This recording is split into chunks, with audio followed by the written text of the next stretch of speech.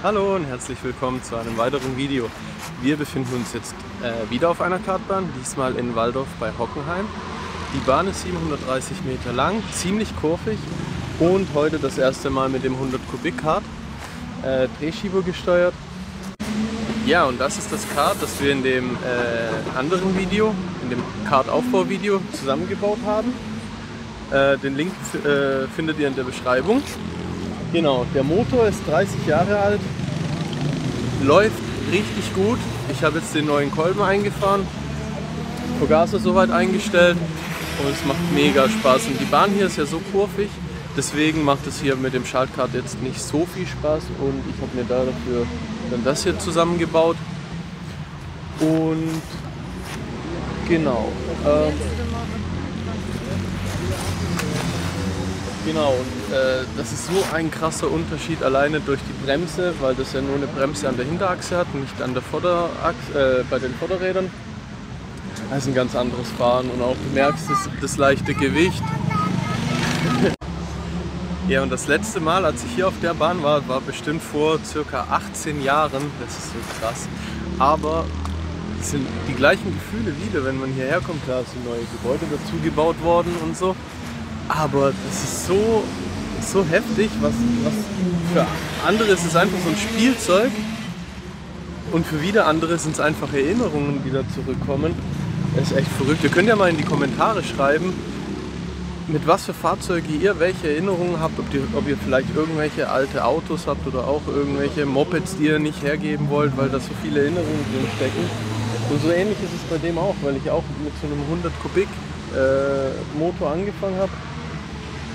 Und das kommt alles wieder zurück, das ist echt verrückt, macht richtig Spaß.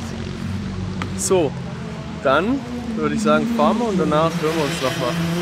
Hier ist es auch so schön, so richtig gemütlich. Ja, mega. Die Leute kommen mit so Zelten, Grillen, Essen.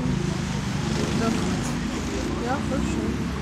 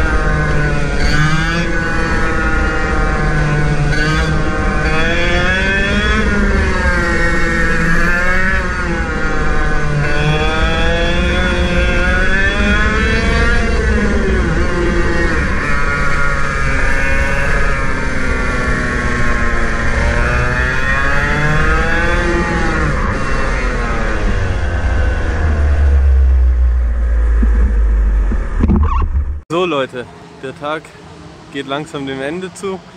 Wir packen jetzt zusammen. Es war mega, es hat alles so gut geklappt, es hat so Spaß gemacht. Echt coole Leute da gewesen. Richtiges Festival-Feeling. Und ja, was soll ich sagen? Also mich hat es wieder voll erwischt mit dem Kart-Virus. Freue mich schon wieder aufs nächste Mal. Ja, bis dorthin. Tschüss.